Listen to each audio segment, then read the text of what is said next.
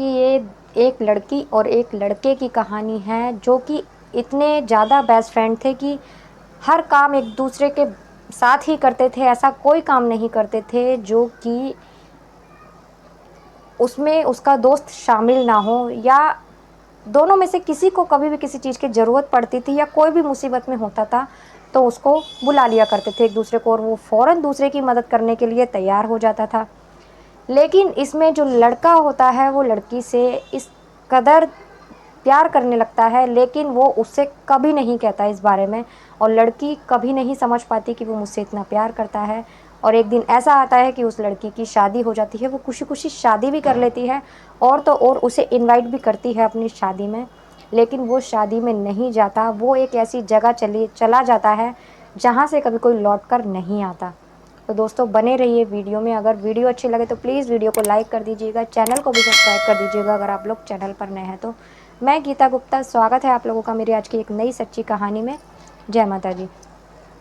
तो दोस्तों ये बचपन से ही दोनों पास रहा करते थे, पास पास में ही दोनों के घर थे, तो एक दूसरे के घर आया जाया करते थे। स्कूल भी दोनों साथ गए थे, रूबी और रमेश। लड़की का नाम रूबी होता है और लड़के का नाम रमेश होता है।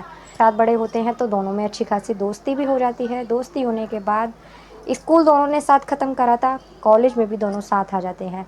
रूबी को जब भी कोई काम होता था तो रमेश को अपने घर बुला लिया करती थी और वो उसके सारे काम निपटा दिया करता था, बिल्कुल एक फैमिली मेम्बर की तरह उसके साथ रहता था। या जब भी वो कोई मुसीबत में होती थी तो फ़ौरन उसे बुला लिया करती थी, और वो रमेश भी बिना किसी को मना, मतलब बिना उसको मना किए कोई भी काम कर रहा होता था तो तुरंत उसके पास चला जाया करता था। या रमेश भी कभी किसी ज़रूरत होती थी उसको किसी काम की तो रूबी भी उसका काम कर दिया करती थी।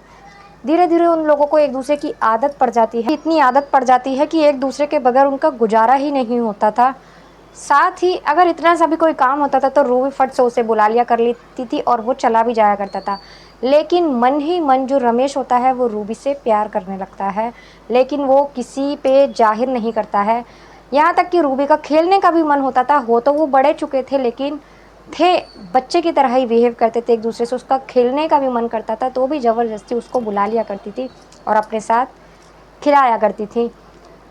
अब वो बड़े हो चुके थे, जाहिर सी बात है, रमेश एक लड़का था और रूबी एक लड़की थी। खेलते वक्त उसका हाथ उसके शरीर पर टच भी होता था, अब था तो वो एक लड़का ही, जिससे रूबी को तो कोई फ़र्क नहीं पड़ता था, लेकिन रमेश जो था उसे कहीं ना कहीं महसूस होता था और वो उससे प्यार करने लगा था। यहाँ तक कि रूबी जब नहाती थी तो वो बाथरूम में उससे टॉवल भी मांगा करती थी और अपने नहाने के लिए गर्म पानी मंगवाया करती थी, तब भी वो उसे लाकर दिया करता था।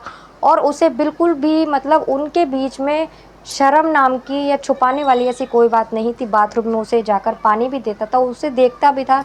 इन सब बातों से रूबी को कोई फ़र्क नहीं पड़ता था, लेकिन रमेश उससे बहुत ज़्यादा प्यार करने लगा था और वो उसके मन में यही होता था कि काश रूबी मेरी पत्नी हो जाए, पत्नी बन जाए तो कितना अच्छा रहेगा, क्योंकि वो बहुत ज़्यादा प्यार करने लगा था उससे। अब ऐसे ही वक्त बीतता जाता है, लेकिन जो रूबी होती है वो कभी कभी उससे शादी की बात करती है कि मेरी शादी हो जाएगी तब भी मैं तुम्हें ऐसे ही बुलाया करूँगी अपने घर अपना काम करवाने के लिए। इस बात से वो चिढ़ जाया करता था, लेकिन रूबी कभी नहीं समझ पाई उसके प्यार को।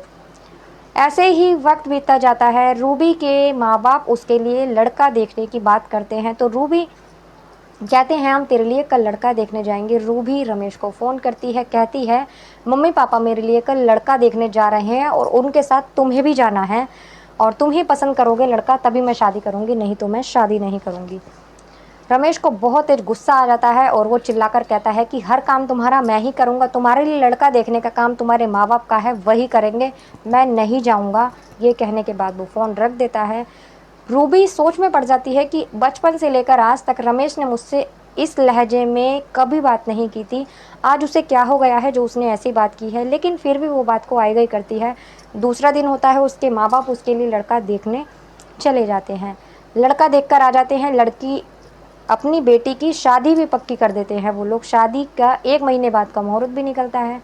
अब वो घर आ जाते हैं, रूबी यही बात बताने के लिए रमेश को फ़ोन करती है, उसको बोलती है कि मम्मी पापा ने मेरी शादी पक्की कर दी है, अब घर में शादी की तैयारियां होंगी तो तुम्हें भी आना पड़ेगा और शादी की तैयारियां करनी पड़ेंगी। रमेश बिना कोई जवाब दिए फ़ोन काट देता है।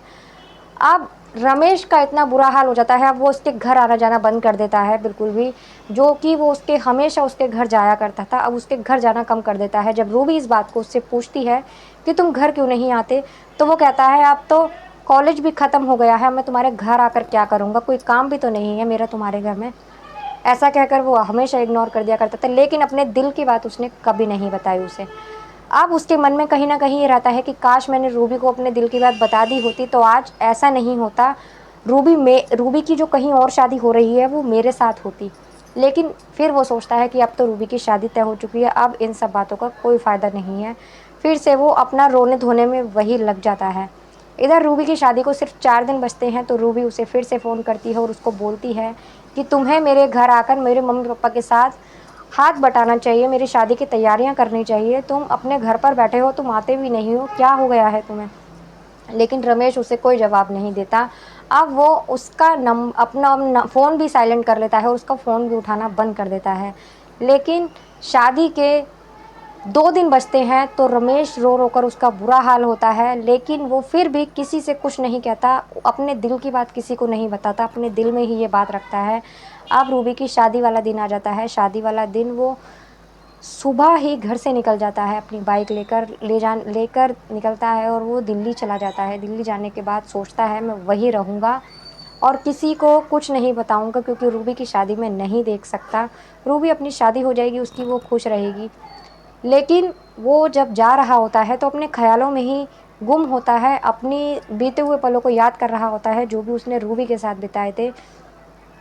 तो जाते-जाते अचानक उसकी बाइक का एक्सीडेंट हो जाता है और एक्सीडेंट में उसे हॉस्पिटल ले जाया जाता है, लेकिन रमेश को बचाया नहीं जा पाता और उसकी मौत हो जाती है।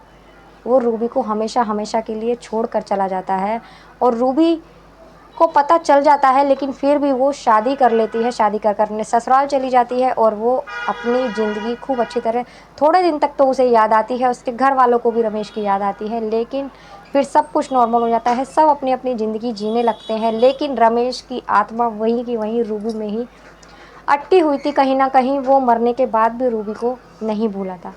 तो दोस्तों ये कहानी आपको कैसी लगी आप लोग कमेंट कर कर ज़रूर बताना। एक तरफ़ा प्यार की कहानी जो कि कहीं न कहीं शायद रूबी भी उससे करती थी, लेकिन उसने कभी ये ज़ाहिर ही नहीं होने दिया, कभी पता ही नहीं चला उसको। वो हमेशा रमेश को अपना दोस्त ही मानती रही और रमेश उससे इतनी शिद्दत से प्यार करता था, लेकिन उसने अपने दिल की बात कभी रूबी को नहीं बताई। अगर वो बता देता तो काश दोनों एक होते, शादी हो जाती, एक साथ होते। तो दोस्तों मिलते हैं अगली किसी वीडियो में एक नई कहानी के साथ, तब तक के लिए नमस्कार।